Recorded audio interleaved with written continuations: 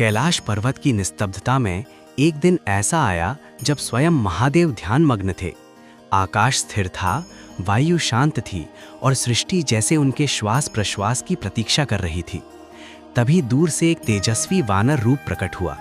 वो कोई और नहीं, राम भक्त हनुमान थे। उनके हृदय में एक ही ज्वाला थी, अपने आराध्य श्री राम की सेवा। पर आज वे किसी युद्ध या खोज के लिए नहीं, बल्कि सत्य की अनुभूति के लिए कैलाश आए थे। उनके मन में प्रश्न था, जिस राम को मैं सर्वस्व मानता हूँ वही शिव भी हैं, तो ये एकत्व कैसे है? हनुमान ने कैलाश की सीढ़ियां चढ़ते हुए अपने अहंकार को वहीं छोड़ दिया। वे जानते थे कि महादेव के सम्मुख केवल भक्ति ही चलती है। जैसे ही वे ध्यानस्थ शिव के निकट पहुंचे, नंदी ने मार्ग रोका। हनुमान ने विनय से कहा, मैं सेवक हूँ, दर्शन चाहता हूँ। नंदी मुस्कुराए, ये परीक्षा थी। तभी महादेव ने नेत्र खोले।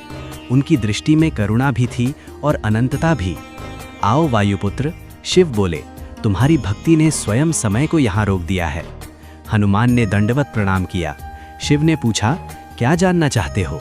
हनुमान बोले, प्रभु, मैं राम का दास हूँ, पर शास्त्र कहते हैं राम और शिव अभिन्न हैं। यदि ये सत्य है तो मेरी भक्ति किसे है? महादेव मुस्कुराए, वो मुस्कान जिसमें ब्रह्मांड समा जाए। बोले, हनुमान, भक्ति में भेद नहीं होता। जब भक्ति शुद्ध हो जाती है तब उपास्य और उपासक एक हो जाते हैं। तभी शिव ने लीला रची। उन्होंने एक साधारण योगी का रूप धारण किया और कहा, यदि राम ही सर्वोच्च है तो मेरी परीक्षा लो। हनुमान ठिठके, ये कैसी परीक्षा? फिर भी विनय से बोले, यदि आप राम भक्त हैं तो मेरे हृदय में विराजमान राम को देखिए। शिव ने नेत्र बंद किए। उसी क्षण कैलाश प्रकाश से भर उठा। हनुमान का वक्ष फटा नहीं बल्कि खुला और उसमें राम सीता के साथ शिव भी विराजमान थे।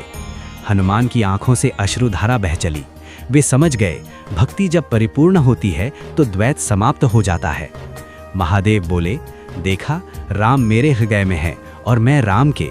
फिर शिव ने हनुमान से कहा, तुम्हारी शक्ति असीम है, पर उसे सेवा से बांध कर रखना। शक्ति बिना विनय के विनाश बनती है। हनुमान ने ये वचन हृदय में अंकित कर लिया।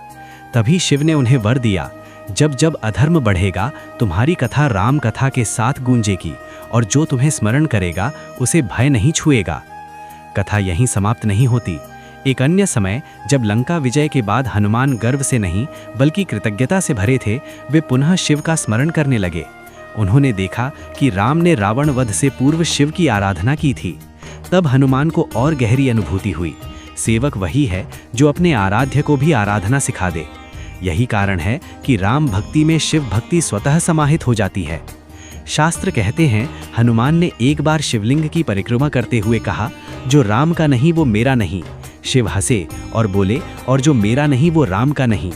ये संवाद केवल शब्द नहीं, सृष्टि का सूत्र है। जब हम भक्ति में विभाजन करते हैं तब भ्रम जन्म लेता है। जब हम एकत्व देखते हैं तब मुक्ति का द्वार खुलता है। हनुमान ने विदा लेते समय पूछा, प्रभु, मेरे भक्त मुझे कैसे पहचाने? शिव ने उत्तर दिया, जहाँ विनय होगी वहाँ हनुमान होंगे, जहाँ धैर्य होगा वहाँ राम होंगे और जहाँ मौन में करुणा होगी वहाँ मैं। ये कहकर महादेव अंतर्ध्यान हो गए। कैलाश फिर शांत था, पर हनुमान के भीतर अनंत का शोर था, सेवा का शोर, प्रेम का शोर। और यहीं से कथा लूप होती है, क्योंकि आज भी जब कोई भक्त संकट में राम पुकारता है तो हनुमान दौड़े आते हैं, और जब वही भक्त मौन में ओम नमः शिवाय जपता है तो महादेव करुणा बरसाते हैं। कैलाश की वही शांति फिर जाग उठती है। हनुमान फिर प्रश्न लेकर आते हैं और शिव फिर वही मुस्कान देते हैं, ये बताने के लिए कि राम और शिव अलग नहीं है और हनुमान उस सेतु का नाम है जो भक्ति को सत्य से जोड़ता है।